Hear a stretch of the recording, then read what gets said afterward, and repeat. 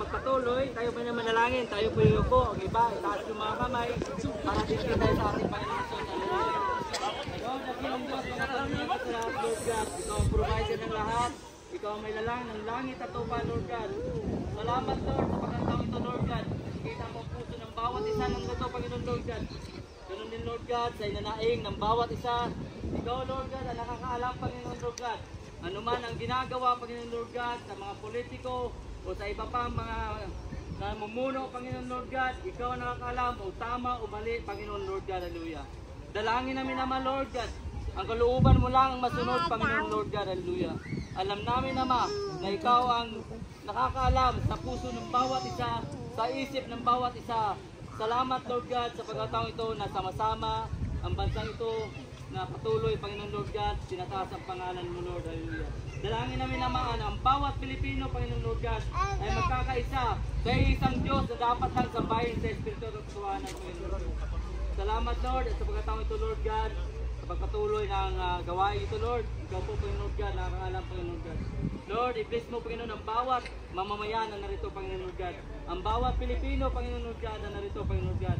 Ang hinanaing ng bawat Pilipino, Panginoon Lord God. Nakikita mo, Lord, ano man, Lord God, ang ginagawa ng bawat Pilipino, Panginoon God. Ikaw nakakaalam, Panginoon God.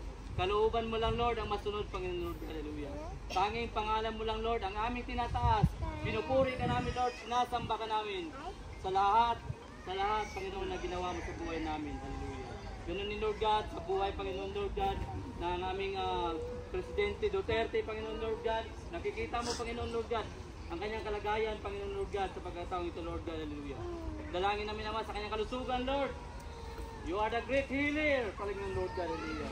Ikaw, Amen. Amen. Anumang klaseng sakit sa kanyang pangatawan, sa pangalan mo, Panginoong Hesus. Alam namin naman na ikaw ay magpapagaling sa kanya. Salamat, Lord. Amen. Alam namin na ikaw lang dapat nang purihin, sambahin at tagilain. Luwalatin ang pangalan mo, Panginoong Hesus. Tayong lahat ay magsabi ng Amen!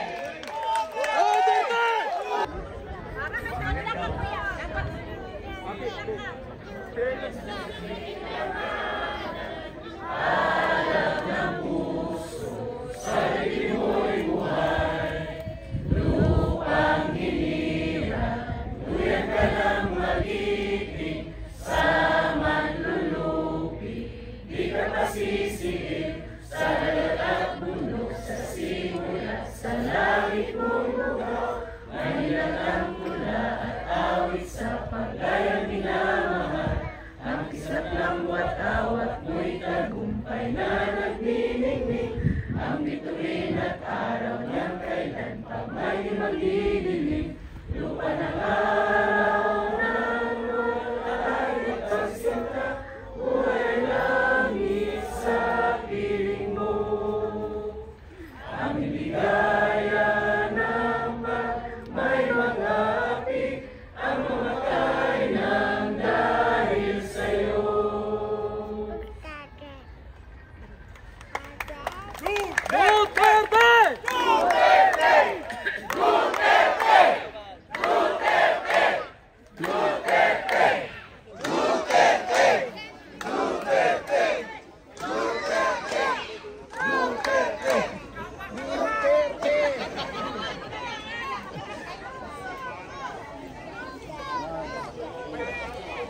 Duterte! Yuri.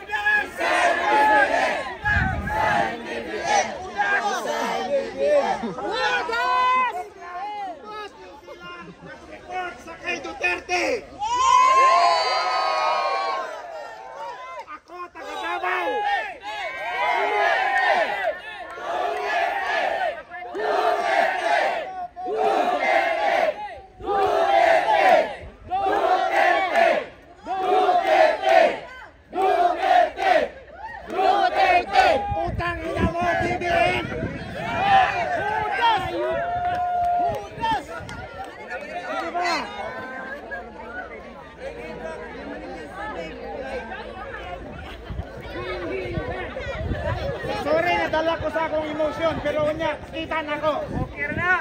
Okay na. Palingaran na. Ako, taga Davao, kailak ko sa Duterte, kaya dito ko nagdako. Kaya mo na, ngayon ulit palabas galit ko. Nasuko ko pa kayo. Isa taga Davao dire.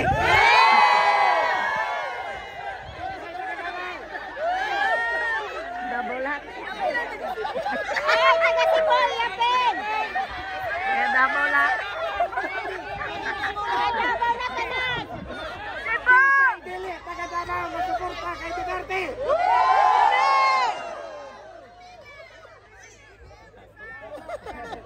BBM resign!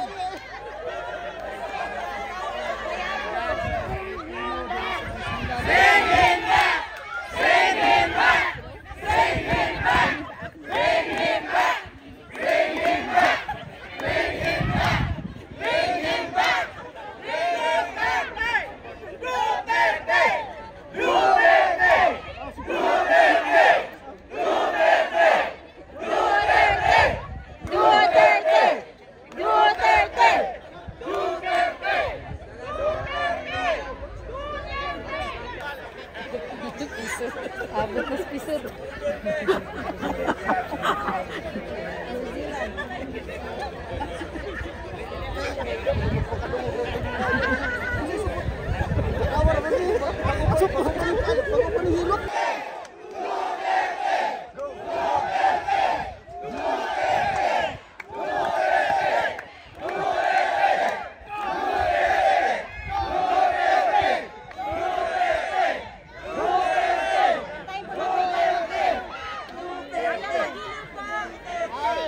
Bayang magdilaw po.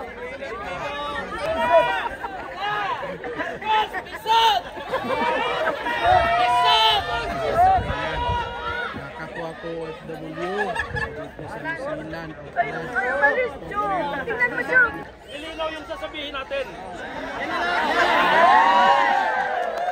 Para malinaw yung sasabihin natin.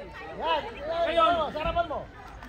Pula yung damit ko pero puti yung puso ko. Kaya kahit gaano kapangit sa paningin lang yun. Hindi nyo nakita yung laman. Ito lang yung masasabi ko dito na sa lahat ng mga tao dito, mga kapwa ko Pilipino, ito yung mga matapang at may tamang lakas ng loob na lumalaban dito.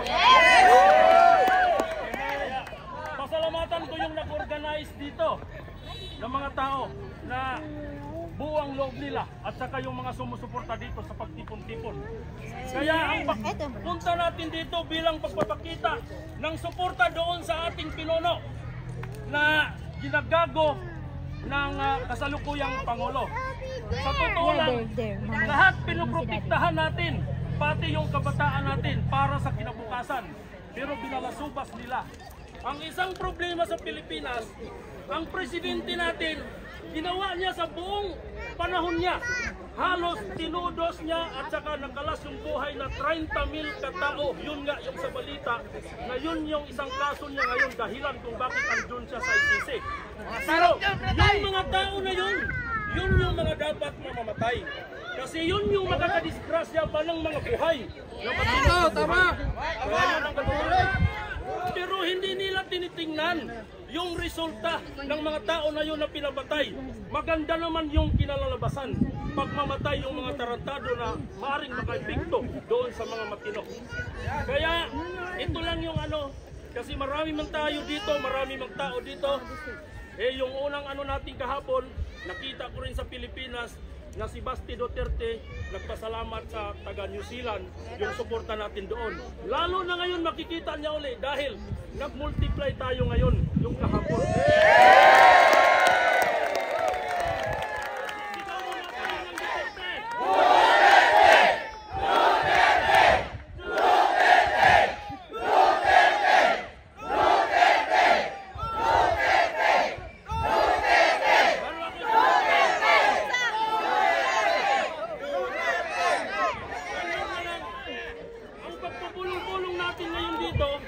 Pagpapakita ng suporta sa kay Duterte na hindi dadaigin yung gusto natin na pundasyon doon sa kay Tatay Digong.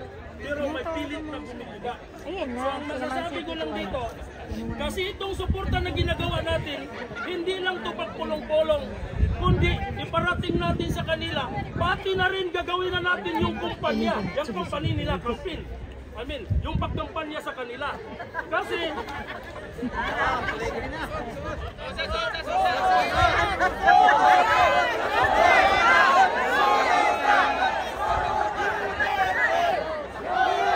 yan, kulay green na!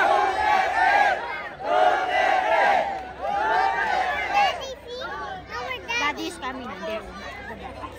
Ikampanya na lang natin. Kasi kasama na rin sa suporta nyo. Di ba naintindihan ninyo na? Kaya, anong dahilan kung bakit si Duterte pilit hinuli ng mga Marcos at saka ng mga taong kalaban sa politiko? Sa pagkaintindi ko kasi ganito, iwan ko kung ganun yung sa inyo. Pagdating sa kampanya, sa probinsya man sa Mindanao, kung saan sa Pilipinas, kasi oras ng kampanya ngayon. Diba ang napakatunog na pangalan si Presidente Duterte? Kung magpunta lamang doon yung mga kalyado niya, medyo ang tao hindi talaga ganyan. Kaya ang ibig sabihin nila na si Duterte, alisin nila pagdating kung saan sila magpunta. Kasi si Duterte ang dinudumog ng mga tao. Diba? Ngayon, kung wala si Duterte, sa kampanya nila, yung mga tao mahina. Kasi halos yung mga tao magpakamatay sa kay Duterte. Yun ang isang dahilan. Kaya gusto nila ipindi ngayon doon ng 6 months. Ayun sa nakikita sa balita. Pero balita pa yun, wala pa talagang pinaka-resulta kung gaano katagal. Kaya yun lang yung masasabi ko sa inyo na maraming salamat sa inyo sa pagsuporta sa kay Duterte. Kasi itong pagsama-sama na to, hindi to laban kumbaga ng ilan, kundi lahat tayo mga Pilipino. Pati yung mga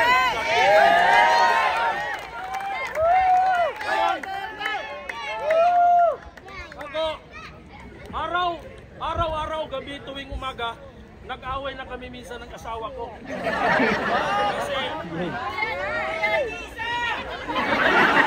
Kami tayo! makita ko muna yung asawa ko.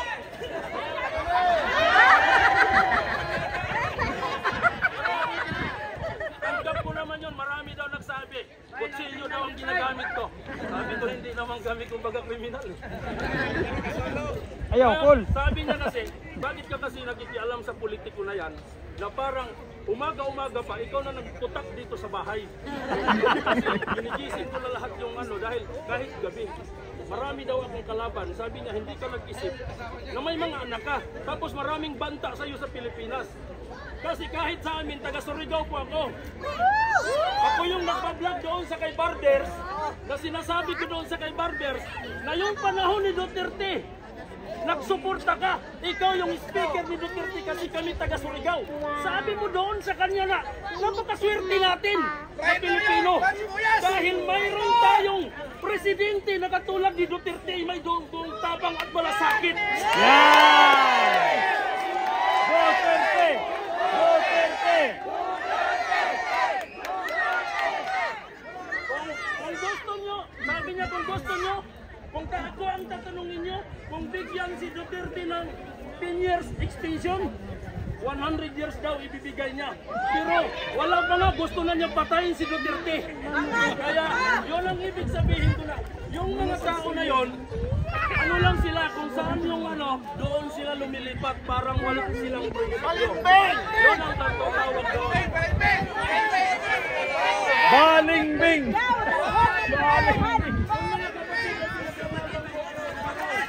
Kaya ako, ito, sasabihin ko sa inyo, nagpa-vlog ako, pero gusto kong makikiusap sa inyo. Hindi ito pang personal na interest kasi alam kong bawat tayo may pangangailangan. Pero may trabaho naman tayo parehas. Gusto kong ipalo niyo ako sa ganitong oras lang, sa ganitong panahon, pakikipaglaban natin kay Duterte. Kasi ang laman palagi ng istorya ko araw-gabi, pakikipaglaban kay Duterte para maproteksyonan natin. Pagkatapos ng isyu na to, Kasi pangit naman kung pinilit ko kayong magpalo sa akin. Kasi ang gusto ko, yung sinasabi ko, tulad dito mag-express sa mga kaibigan ninyo sa kanila, sa mga hindi nakaintindi, para dumami tayo, lalong lumalakas ang pwersa. Kaya ipapalo niyo ako pagkatapos ng problema nito. Kasi makakaon niya, i-unfollow na ninyo ako. So ngayon, ibukas ko yung ipipits ko at saka yung TikTok ko para i-step ninyo sa iba at saka gusto ko ipapakita dito ngayon sa karamihan dahil galit ng mga tao, galit na rin ako dahil yung mga tao doon sa kongreso, mga demonyo, yung mga tao nagsindi na ng kandila, nanalangin na sila sa Diyos, ilang kandila na ang sinilaban nila. Nagdasal sila sa Diyos. Pero yung pinagdarasal nila, pastor pa yung iba doon sa kongreso. Hindi sila naintindihan yung dasal. Hindi sila natatakot sa Diyos. Kasi yung pinaglalaban ng mga tao, yung matapos yung problema. Pero pilit sila na kumakapit doon sa katarungan. Sa katarungan. Kaya gusto ko ngayon, ipapakita ko sa inyo, sunodin ko yung mukha ni BBM. Dahil sunodin ko yung mukha ni BBM. Pero gusto ko, wala nang makikita. Kasi ayaw kong madamay kayo. Hindi kayo lahat.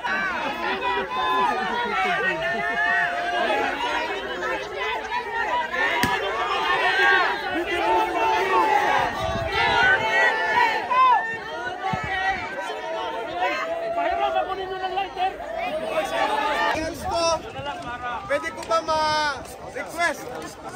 Yung mag-move kayo, yung mga nandyan, mag-move dito para yung magsasalita dito, para gawin natin stage. Okay, Kapya!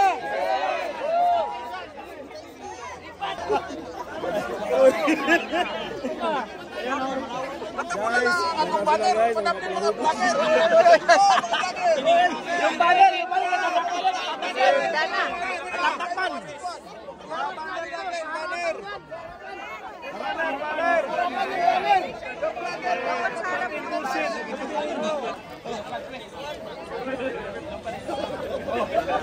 Bossing, asa ka pa doon? Sige, sunod pinino. Wait lang, Senendok! Duterte! Duterte! Duterte! Duterte! Duterte! Duterte! Duterte! Mga banner, yung mga banner, sa harapan.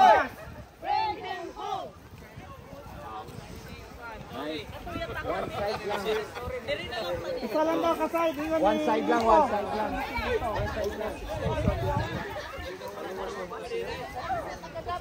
Tingnan namin kadagan na nag-support sa Tatay Digong. Halo na. Saksak sinagol. May boy-boy pa.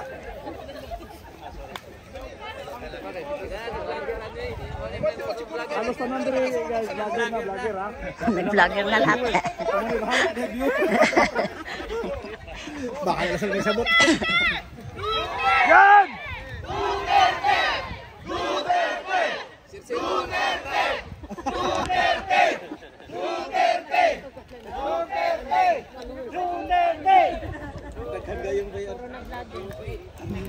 Nag-live ka, sir? Hindi, naka-video lang. Nabayag lang. Kurot yun ang kaba ng bayan sa Pilipinas. Kung pangbayaran ta na, no? Bulyaris ka na.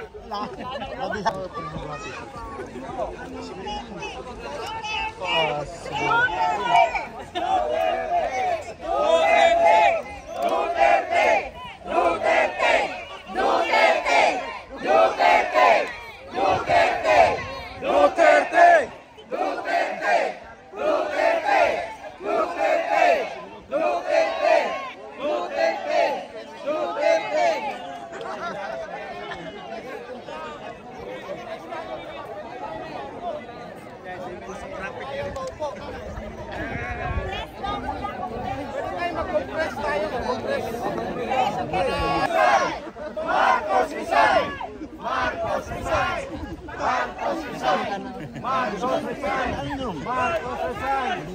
Cross the sign.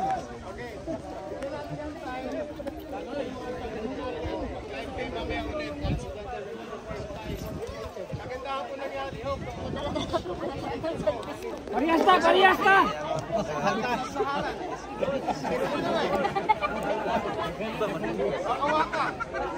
Wakanda. Anyway, so, kita ako sa Siguro pwede na magpinigin na pwede na paano ka grabe sa kalsada. Kaya hindi alam ng mga taga Luzon. So, kaya lumabas yung pag-aalsa ng mga kaya talagang wala yung sa Mission B. kaya nga, kung anong nagawa niya dun sa sa Davao City, yun din ang isang somehow naging pangarap namin na gagawin niya sa buong Pilipinas. At 2016 nangyari po. 2016 nangyari at nagawa naman niya sa buong Pilipinas. Auntie, kaya kayo nandito kasi kayo mismo ay witness. Aroy lahat eh, lahat! Ay, natawag na kayo! Sa mga pagbabago, tunay na pagbabago. Yes, mga Davao! Maayos ng buhay namin. Sa passport, sa license. Maganda na. Diba? Sabi na, yung mga tumatawid na Parang hindi yata expected doon sa ano sa Mission B.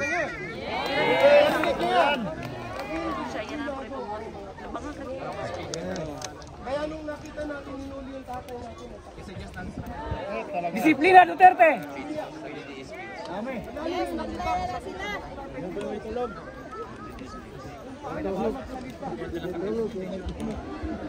Nag-iba na ang Nagsin mo sa akin sa vida. aura. Nag-iba ang kanyang pananalita. Galing sa dito. Slow down siya. Sino hindi mag-iisip kung ano bang in-inject sa kanya? Ito kasi may Alam nyo, ako, naniniwala, meron pa rin ngayon na magagawa kahit lamang sinabitan. nakita natin, we are all praying for his health. Yung tanong natin,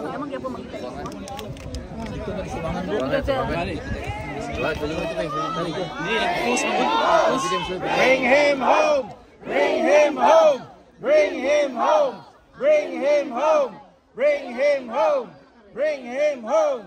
Dati ako supporter ni BBM, saka Sara.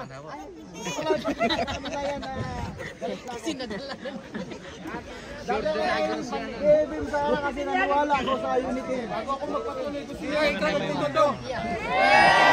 Go, Pitin!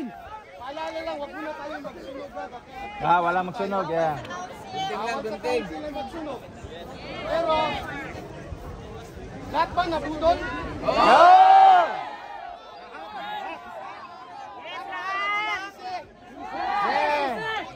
May mambubudol pa ulit. Sige, Jaime. Hawakan kabila, hawak. Ya, hawak.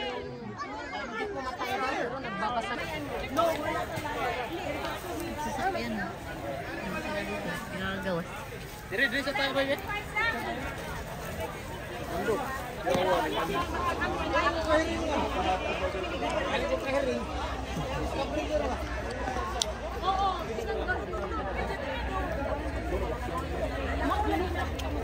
But yesterday, we had a permit. Ate, sige lang. Kaya naman mag-aon at saka meron sa nag-release na order na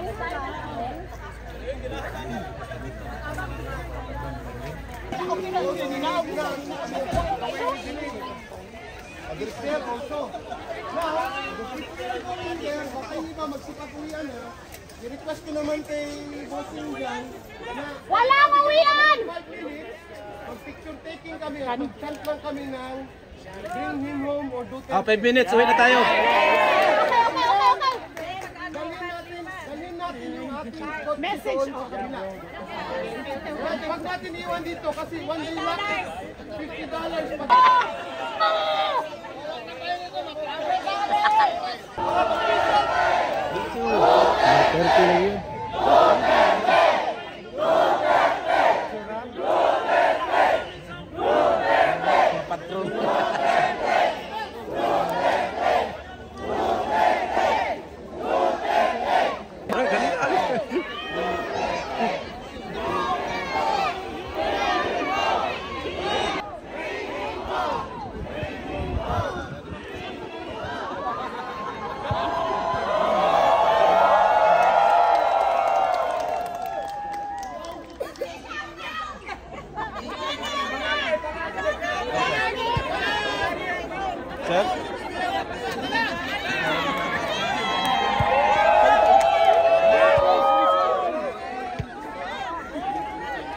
pala ito dito.